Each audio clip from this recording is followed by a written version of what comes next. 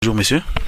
Bonjour, je m'appelle James Berisha, un pilote de ligne du Kosovo, le pays du Kosovo, et aussi un instructeur de vol. Vous pouvez nous dire pourquoi vous êtes en visite en République centrafricaine? La raison que je suis chez vous, dans votre joli et beau pays, c'est pour demander à votre peuple et aussi à votre gouvernement qui nous reconnaissent l'indépendance de notre pays, qui est le Kosovo. Nous, le Kosovo, on a déclaré notre indépendance le 17 février 2008. Jusqu'à présent, il y a 74 pays qui ont reconnu déjà l'indépendance du Kosovo. Ici, en Afrique, ils sont seulement 10, que c'est très peu. C'est pour ça, d'ailleurs, que je suis chez vous, pour en fait sensibiliser, faire une sorte de campagne, lobbying pour l'indépendance du Kosovo, afin que tous les pays africains reconnaissent l'indépendance du Kosovo. Quelle la relation diplomatique entreprend avec la République centrafricaine? En fait, jusqu'à aujourd'hui, il n'y a aucune relation diplomatique qui existe entre nous deux, donc les deux pays. Nous, le Kosovo, on voudrait bien donc avoir et établir cette relation diplomatique qui n'existe pas encore. C'est pour ça d'ailleurs que je suis là. Je suis la voix du peuple du Kosovo. Tout le monde au Kosovo, on veut bien que chaque pays de la planète accepte notre indépendance et la République centrafricaine aussi. Donc c'est pour ça que je suis là, afin qu'on puisse améliorer nos vies en fait. Vous savez, dès qu'il y a les relations diplomatiques qui se créent, donc on peut avoir l'échange de culture, l'import-export, pourquoi pas l'investissement, le tourisme, tout ça, qu'à présent on n'a rien entre nous et ça nous dérange un peu en fait. C'est pour ça que je suis là, pour dire à votre gouvernement, s'il vous plaît, aidez-nous. On voudrait bien être reconnu comme un pays indépendant. Quelle est la petite histoire que vous avez sur votre pays à l'endroit des Centrafricains? L'histoire, donc tout le monde connaît l'histoire de l'ex-Yougoslavie en fait, qui n'existe plus. Donc Milosevic, qui est un président dans le temps, un dictateur qui a détruit toute l'ex-Yougoslavie. Maintenant, c'est tous des États indépendants, la Slovénie, Croatie, Bosnie, Monténégro, Macédonie et le Kosovo. Finalement, on a déclaré notre indépendance il y a bientôt 3 ans. Donc, je voudrais bien que votre pays en fait accepte la réalité que le Kosovo c'est un pays indépendant, qu'il n'a plus rien à voir avec l'ex-Yougoslavie ou bien la Serbie, et qu'on voudrait bien faire partie de la même famille qui est la planète en fait, que pour l'instant nous, à ce qui concerne votre pays, on ne fait pas partie de la même planète en fait, on n'existe pas pour vous. Donc on voudrait bien que vous acceptez notre indépendance. Votre pays a été colonisé par quelle métropole? En fait, c'était la Serbie qui a essayé de créer une grande Serbie. Ils voulaient contrôler le peuple entier du Kosovo, même si nous, au Kosovo, on est 92-95% des Albanais. Milosevic, il voulait plus qu'on parle notre langue maternelle, qui était l'albanais, qui est l'albanais. Il voulait plus qu'on aille faire des études dans la langue maternelle, l'albanais. Droit d'expression et de religion, ça n'existait pas. Donc, il a commencé à détruire tout le pays, en fait.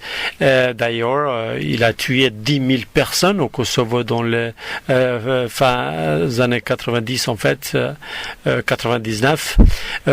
Tout inclut mon papa. Mon papa, il a été tué par l'armée serbe qui avait dans le temps 47 ans. Et c'est ça ce qui m'a poussé en fait de faire ce voyage dans le monde entier, que je visitais déjà 60 pays, pour dire à la planète, hey, nous, au Kosovo, on existe, on voudrait bien être accepté comme un pays indépendant et qu'il n'y a pas de retour. Hein. C'est évident qu'il y a plus de retour avec la Serbie. Donc, tout ce qu'on voudrait, c'est être accepté par toute la famille de la planète. L'hospitalité est comment en République centrafricaine? Le gouvernement centrafricain vous vous a très bien reçu. Vous pouvez expliquer l'hospitalité qui vous a été réservée quand vous avez foulé le sol centrafricain. Les gens, ils sont super sympas ici. Ça m'a fait énormément plaisir de voir des visages, des gens qui sont très souriants, des gens qui aiment les autres êtres humains, les gens qui sont très accueillants, très chaleureux. Donc, ça me fait plaisir d'être parmi vous ici et j'espère d'y retourner. Vous avez un très joli pays, vous avez tout ce qui est fruits, la nature est super jolie, vous avez la grande rivière à côté, c'est une beauté totale. Évidemment, vous êtes gâtés, vous avez un terrain extrêmement grand, en fait, la superficie du pays que vous pouvez explorer, qui est normalement, il y a des pays de la planète qui n'ont pas ça, en fait, et que vous êtes très gâtés sur ce qui concerne ça, où en fait, vous faites presque 60 fois la superficie du Kosovo, et la population, donc vous avez 4 millions, nous on a 2 millions, donc ce qui concerne votre pays, vous êtes gâtés, les gens ils sont super sympas, et ce qui concerne votre gouvernement, oui, j'ai été visiter le ministre des Affaires étrangères, M. Gambi. J'étais très bien reçu, super sympa, très gentil, vraiment un gentleman en fait, M. Gambi. Je lui ai apporté une lettre officielle qui m'a été donnée par le gouvernement du Kosovo, donc qui indique cette lettre, nous, le peuple du Kosovo et le gouvernement du Kosovo, on voudrait bien être accepté comme pays indépendant par le pays de la République centrale, africaine centrale. Donc c'est pour ça que d'ailleurs je suis là. RCA, on voudrait bien qu'ils nous acceptent comme un pays indépendant. Monsieur, votre dernier mot à l'endroit des Centrafricains qui nous écoutent, qui estiment aussi un jour mettre pied à Kosovo. J'aimerais bien vous voir tous visiter notre pays. On a beaucoup de choses à apprendre entre nous deux, évidemment. C'est pour ça qu'il faut qu'on commence cette relation en fait entre les deux pays. Le gens de votre pays, de la République centrale africaine, ils n'ont pas besoin de visa par exemple pour le Kosovo. Et j'aimerais bien que tout le monde vienne nous visiter sans problème. Évidemment, moi de l'autre côté, j'aimerais bien venir et vous visiter de nouveau parce que c'est un pays très joli, et continuez à se battre, continuez à améliorer vos vies. Vous avez un pays très très riche, très bien, beaucoup d'or, beaucoup de minéraux sous terre en fait. Vous avez beaucoup de pétrole. Essayez d'améliorer vos vies. Je sais que vous avez en fait vos élections dimanche. Faites le bon choix.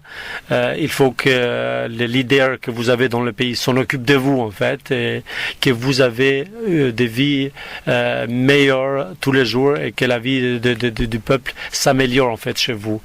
Donc ça m'a fait plaisir d'être parmi vous. Monsieur, je vous remercie.